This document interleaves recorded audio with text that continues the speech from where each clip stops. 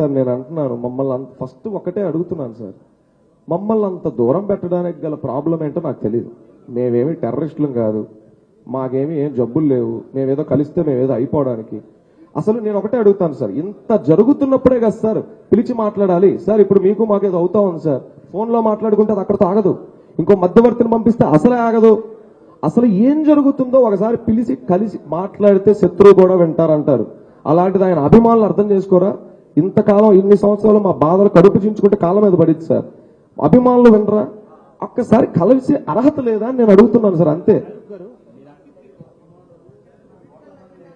కోట్ల మంది ఆయనకున్నారు, అది ఒక విషయం పక్కన పెడితే ఇక్కడ ఒకటి మీరు అన్ని కూడా అన్న మైక్ వినపడట్లేదు, అన్ని కూడా జరగబోయేది చెప్తున్నారు. ఏది సిఎస్ఆర్ ఫండ్స్ వస్తాయి, ఐటీది మేము తెచ్చుకుంటాం, ఈ 3 ప్రోగ్రాంలు చేస్తాం, అన్ని జరగబోయేదే.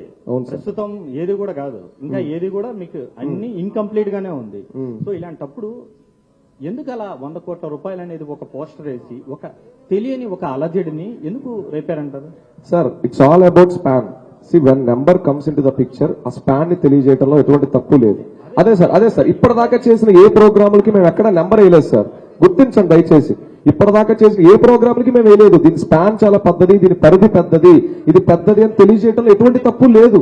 ఒకటి మీరు చాలా క్లియర్ గా ఇందాక చెప్పింది ఏంటంటే ఒక ఆవేదన మీరు స్పష్టంగా ఉంది, మేము అభిమానులుగా కలిసే అర్హత లేదా, మమ్మల్ని ఆయన కలవరా అని ప్రశ్నిస్తున్నారు. ఎన్టీఆర్ కలవడం ఒక్కటే మీకు లక్ష్యమా? ఈ కార్యక్రమం ద్వారా మీరు ఏం చెప్పదలుచుకున్నారు? అదే చెప్పబోతున్నాను సార్. ఎన్టీఆర్ గారిని కలవడం ఒకటే లక్ష్యం అయితే అసలు ఈ ఊరు వాడ ఇవన్నీ లెటర్లు రాకముందే వచ్చినాయి. ఈ లెటర్లు ఏమన్నీ ఏం ముందే రాలా. ఇవాళ ఆయనంతటా ఆయన మమ్మల్ని ఆపేయండి అని ఆయన ఆఫీస్ నుంచి లెటర్ వచ్చిందని అందరూ క్వశ్చన్ చేస్తున్నారు కాబట్టి అడుగుతున్నాం. ఏం మరి 4-5 సంవత్సరాలు ఎక్కడ ఏ వేదిక మీద అన్నా మమ్మల్ని కలవండి అన్నా, మేము మిమ్మల్ని కలుస్తాం, మీకు దండం పెడతాం, ఎక్కడ సోషల్ మీడియాలో కూడా అసలు మేము ఆయన కలిసామో కలవలేదో ఎవ్వరికీ తెలియకుండా మేము ఎందుకు మా మొహం చాటుకొని బతికాం? ఇవాళ ఎందుకు బట్టబయలయ్యాం? ఆ లెటర్లనే వచ్చినాయి కాబట్టి మేము బట్టబయలయ్యామన్నా.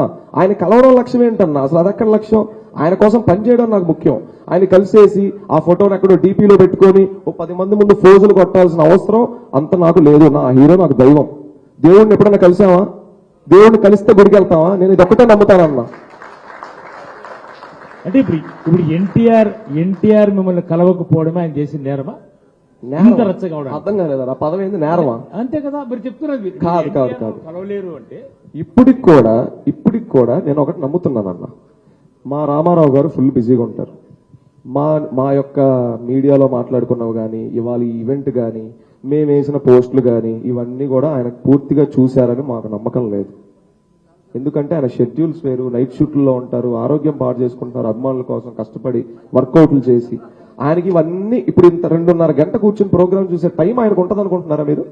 మళ్ళీ రేపొద్దున్న ఏమైంది అని ఒకళ్ళిద్దరిని అడిగినప్పుడు వాళ్ళు ఇందులో ఎంతవరకు వాస్తవాలు చెప్తారో నాకు నమ్మకం లేదు. నేను అదే చెప్తున్నానన్న, నేను ఇక్కడ ఎవరిని అవమానించట్లేదు, డౌట్ నాకు నమ్మకం లేదు అంతే.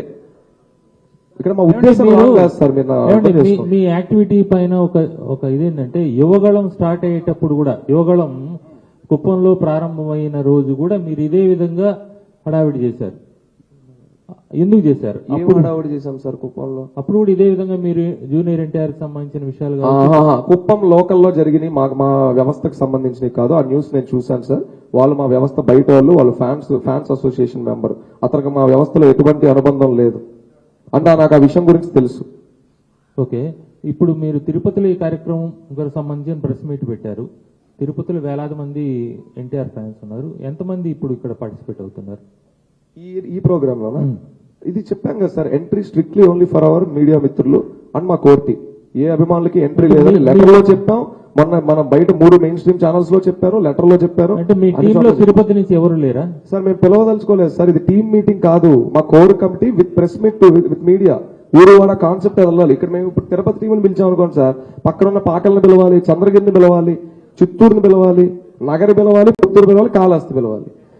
ఇక్కడ తాగదు, మళ్ళీ రాష్ట్రం అంతా అడుగుతారు. మేము బహిరంగ సభ పెట్టడం మా ఉద్దేశం కాదు సార్. బహిరంగ సభలు పెట్టాల్సిన అవసరం ఏంటి? మంచి జరిగితే చాలు. సాయిరూప్ గారు ఒకటే అంటే చెప్పండి sir. NGO 3 years back start అయింది. సో ఈ 3 years లో అంటే 24 లో స్టార్ట్ చేశారా? 23 ఏంటి సార్ ఎన్జిఓనా? ఎన్జిఓ లేదు సార్. అంటే ఓకే, రిజిస్టర్డ్ అంటున్నారా మీరు? యాక్చువల్ గా రిజిస్టర్ 2023 July 20 అయింది సార్. ఓకే, 3 years అవుతుంది. అవుద్ది, ఎల్లుండికి అవుద్ది. అంటే ఫస్ట్ ఇయర్ ఎంత ఖర్చు పెట్టారు?